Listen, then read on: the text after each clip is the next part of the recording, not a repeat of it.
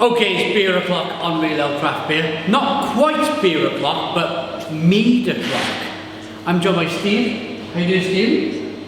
And I'm joined by Benjamin. Both from the name Meadery Mjøderiet. Yeah. Mjøderiet. And they're the first meadery in Norway. What an exclusive to be able to talk to these guys today about mead. But I don't want to just talk about mead.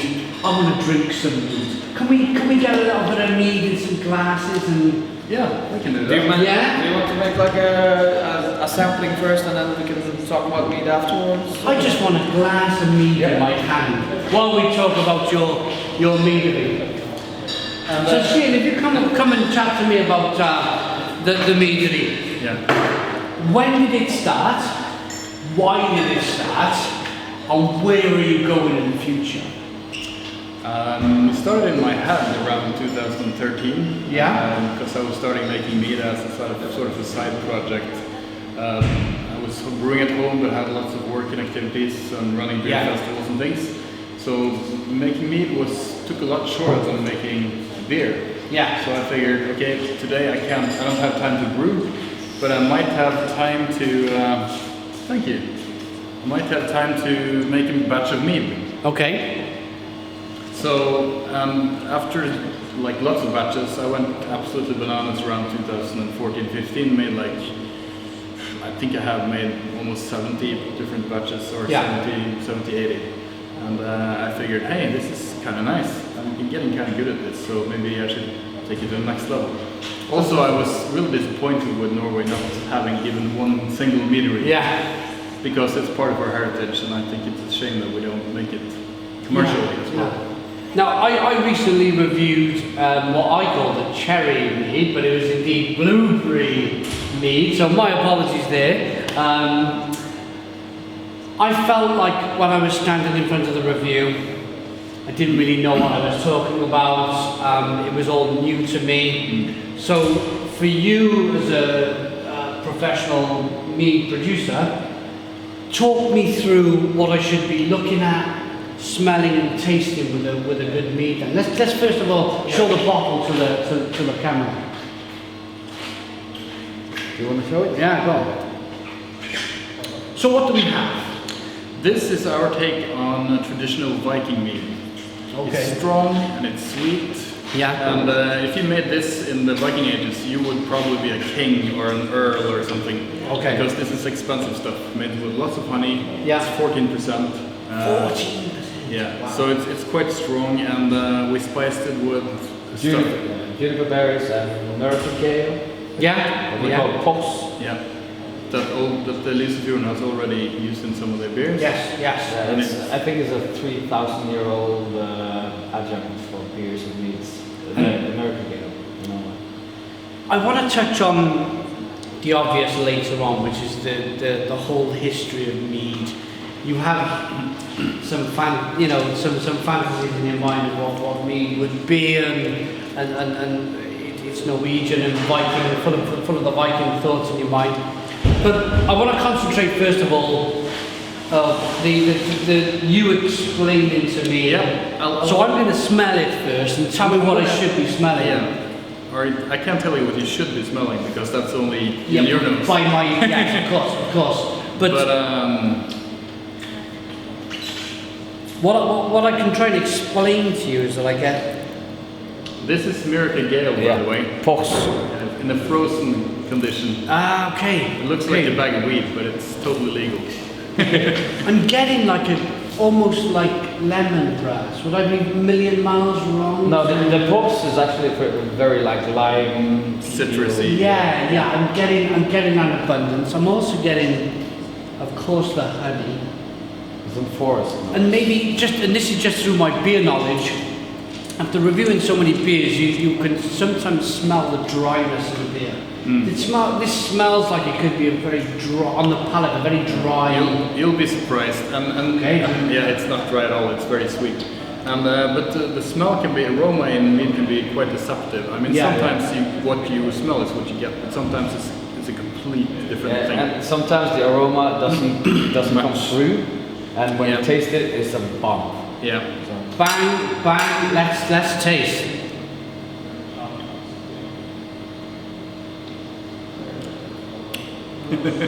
Oh wow. Yeah, it's pretty intense. 14%. It's pretty intense. Not that much alcohol. I mean, in terms of. And now you can probably taste something else that you as an Englishman should be familiar with. juniper. Yeah, gin. Gin, yeah. It's juniper berries. Juniper berries, Quite a lot okay. of it, but they don't smell that much, so you don't get so much in the aroma. You really get it in the throat with the alcohol. Like gin. Yeah, get a little bit of Parching, alcohol. yeah. I mean, just the warming of the alcohol, which I quite like. I quite like that. But it's this is not a clean. drink I mean, you would guzzle. It's not a drink that you would No. you know do No. this. And you quite when you sip at something and connoisseur something, as I like to call it, you like that slow alcohol warming on the chat, and you like that juniper berry and the other flavors, with the honey. And what I'm most happy about in this is actually the clean flavor of it. Yeah. Because it's 14%, but it doesn't have that massive alcohol burn that you can get from very strong beers, for example, sometimes in that range. It's very elegant. Yeah. Standing with you, it makes a lot more sense. I felt a bit alone in the kitchen reviewing it because it's something new for you. Yeah, it's something new. But now you guys are kind of explaining it. It kind of comes together like a good puzzle. And it is kind of new to pretty much everyone. Yeah. Except like hardcore beer nerds who have been at festivals and have vague experiences with mead before. Yeah. Like myself, I fell in love with a Polish mead that I had back in 2011. I thought to myself, this is amazing. This is absolutely fantastic. Yeah. I need to make some of this, so I tried to create it somehow. But I mean, this is a nice dessert wine kind of sipper thing. But what we make most of is actually what's in this tank now, which is session mead. Passion fruits. Yeah, in this one is passion fruit. You can see the fruit kind of falling down here, and mead and water on top of it. Yeah. Look at So that. and this is 6.3% ABV. So we make strong mead like this, and then we water it down and put fruit in it, and we carbonate it. Okay. So we get the lower strength ABV and with lots of flavor and drinkability. And we put that on key kegs so we can sell it to pubs and stuff. So before we go back, I suppose the big thing is the history of mead. We'll leave that till the very last because you all kind of want to know that. Let's go to where Mjøderiet, Mjøderiet. Let's go to where Mjøderiet are at the moment and where you're going. Because I understand by talking to Benjamin before we went live that mead's a big thing now. It's kind of growing very quickly. Yeah, our mentors, Superstition Meadery, they had number 1 and number 4 rated liquids at MBCC. Yeah. They took first place and fourth place of the ratings. So mead is obviously growing pretty big now. And I think it's not huge in volume because it's a luxury product. Honey is really expensive. And all the other ingredients too. So the cost of making a batch of like this in this tank, it's 600 liters, is probably like 4 or 5 times higher than a beer in the same strength would be. Okay. But like Benjamin said, I think it's coming slowly and faster and faster. Yeah. And we might actually get some distribution in UK and Europe through box beers, and UK through a guy that worked for Brewdog before. Okay. I was talking with them a lot at the Kala Festival. So you got a big future. It's good. I hope so. I mean, Benjamin just tapped us into export recently, and we've been doing good in Norway as well. We're currently doing a Norway tour, traveling around in festivals and having events. And we even had a mead makers dinner in Stavanger. Yeah. The kitchen staff matched 5 dishes with meads from our range. Okay. So it's really important that we are present where it's served. So because a lot of people think that mead is like a dirty Viking beer with like branches and shit. You've just led me on to my final question, and that's the history of mead. A lot of people would think, including myself, a lot of people would think of mead as Vikings. To be honest, the first time I came across mead was in a place called St Fagans, which is a place of Welsh history. and they in the store they sold Welsh mead, and I didn't know what this was, and it was before I was drinking beer back in 2007. And to be honest, I didn't go with it. I didn't buy it because I just didn't understand what was going on. But since then, of course, you think of mead, you think of Vikings and whatever. But what is the real, true history behind mead? Is it all Vikings and axes and helmets and No, I mean the whole Viking thing is kind of exaggerated, and it's become part of the Viking myths and lore. Yeah. And I think the reason why is that it's mentioned in the sagas by name, and but alongside with beer, they had both beer and mead, and because mead was so much more expensive than wine, I'm guessing they had fairly little of it, you know, or at least if you had like this, you would have to be very rich. Yeah. And I think there's a reason why in the Viking heaven in Valhalla, there is a goat standing on the roof, and from its udders they can collect mead. Oh, well, that would be like heaven, you know. It's It's like totally unrealistic. Teats and mead. Yeah. What more does a man want, you know? Exactly. It's more than teats and mead. So it's like it goes to show that this is a really kind of a luxury thing. Yeah. They call it the drink of Odin or the drink of wisdom. Yeah. So you're supposed to be wiser when you drink. Up to a certain point, maybe. Up to a certain point. But just to go back to the history, I mean, mead didn't start or originate in Scandinavia like many people think. It was a widely produced drink all over Europe, and even Africa, some parts of Asia, South America. Probably way more back in time than the Viking Age. So where did it go? The thing is, mead was really popular up until the late Middle Ages. Yeah. By that point, beer production and most importantly wine production increased in both volume and so it was cheaper and availability and in production quality. Because like if you look at they tried to recreate Roman wines, for example, and they found that this must be tasting like shit, like really, really bad.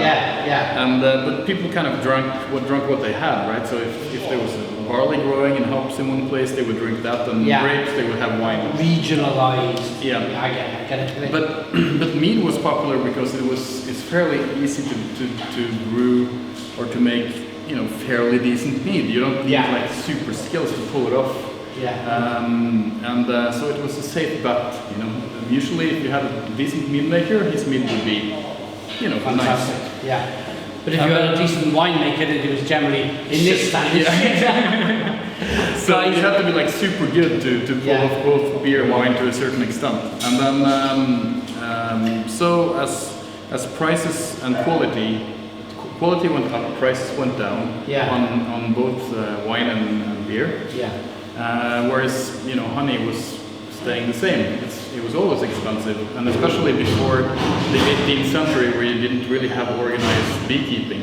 You had to actually go out in the woods and collect wild honey. Right, okay, so you can imagine the logistical nightmare. Fighting bears and... That's why I have a bear here. Yeah, look at this. You would have to fight this one. A modern day Viking, look at this. And that's the Meadery logo right there. Hand poked by Ash, and Sean Paddy from Wales actually designed it too. Okay, let's sup at this mead, and thank you very, very much for joining me. Do you mind if I tell you about the collaboration we're bringing? Oh, of course, go. It's a collaboration we made with Festspillene in Bergen, and which is a classical musical festival, mainly. It's a music festival, and with a band called By Norse Music, which is enslaved and Vadruna fusioned to make like black metal Viking music band. Okay. Or it's not black metal, but it's more like it's infused. You have like the guitars and stuff from black metal, and you have the traditional Viking tunes that Vadruna makes for the show Vikings, for example. One more thing. Yeah. Sorry to interrupt you, but it's in my mind. I'm getting a little bit of tasting. I'm getting a little bit of spearmint, like a minty. That could probably be from the forest as well. So I taste it and I think, tell me if I'm completely wild. No, I think that's from the It's a little bit of minty spearmint flavour. Yeah, because it has these kind of herbal flavors to it. It's not just citrus. Forest-like. Yeah. Lovely. And oh yeah, the Vadruna guys, they approached you, right? Or your tattoo shop? It was through Jannike, my tattooer. She knows me and she knows Anna Selvik from Valuna, she knows Aiva from Enslaved. Yeah. And I asked her if she could ask them if they were interested in making a collaboration with me for Festival. Okay. Because they're making a new show called Norway. Yeah. Which is like the old travel route on the west coast. It actually means Norway in Norwegian. Okay. And that's a collaboration. Yeah. So It's lovely. it will be served during Festival at certain venues. And Where the guys are playing. yeah. Of course. Look out for it. Look out for it, guys. I'm gonna go one more time. Mjøderiet. Mjøderiet. I'm getting better. And it means the meadery. The Meadery. We just took Norway's first meadery. High five, guys, with the beers. Cheers. Thanks for joining me. Thank you, Simon. My pleasure.